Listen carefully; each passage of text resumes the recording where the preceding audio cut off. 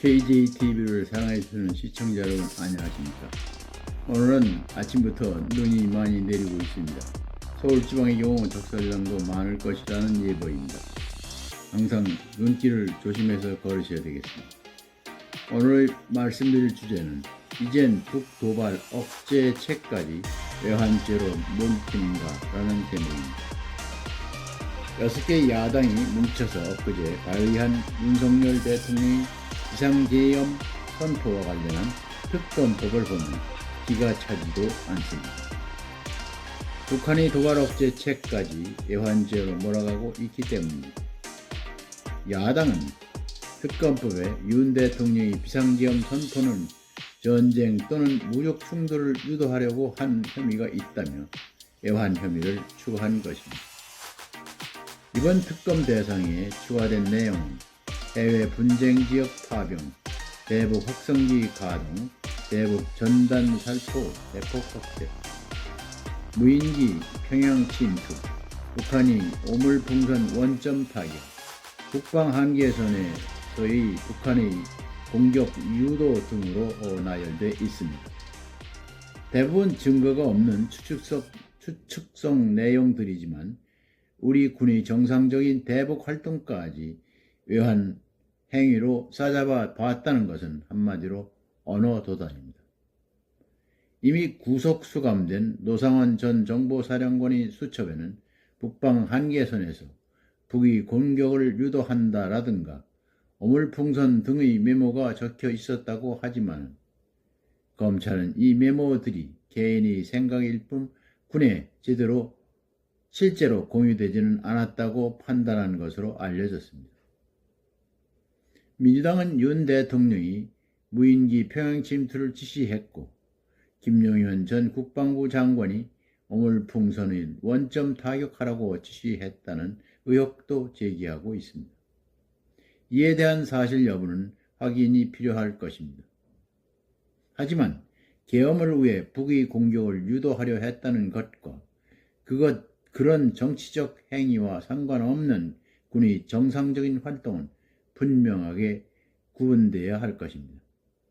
북한이 무인기를 보내 서울 상공을 휘젓고 다녔고 오물풍선을 대량으로 날려보내는 때도 가만히 앉아서 바라만 보고 당하고 있으란 말입니까? 우리 군도 모든 대응책을 마련하고 시행해야지 그렇지 않는다면 그런 군대는 군대도 아닙니다. 특히 대북 확성기 가동과 대북 전단 살포 등을 외환 혐의로 포함시킨 것을 보면 쓴 웃음만 나옵니다. 이게 어디 말이나 되는 처사인가 말입니까? 핵과 미사일 등 각종 도발을 일삼고 있는 북한이지만 가장 두려워하는 게 대북 확성기와 대북 풍선이라지 않습니까? 그만큼 북한은 주민들에게 자유대한민국의 진실이 알려지는 게 두렵다는 뜻입니다.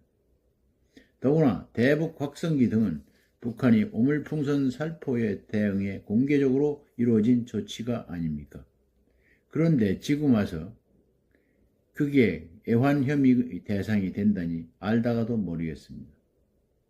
만약에 북한의 오물풍선에도 우리가 스스로 손발을 묶고 아무런 조치도 하지 않는다면 가장 좋아할 사람은 김정은일 것입니다.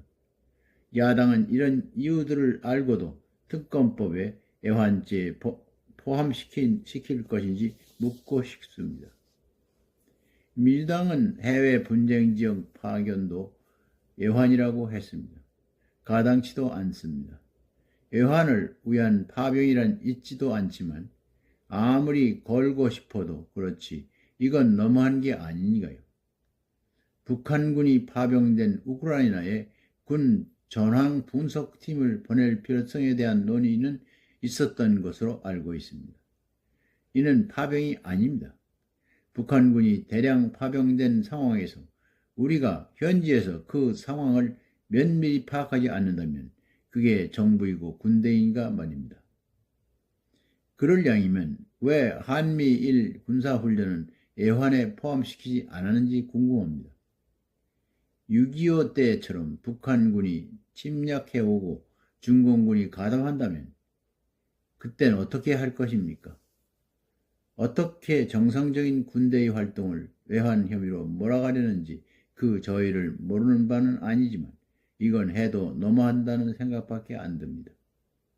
지금처럼 군이 정상적인 활동을 모두 하나같이 애환죄라고 한다면 앞으로 군은 정상적인 훈련은 물론 대북 심리전조차 모두 기피할 것입니다.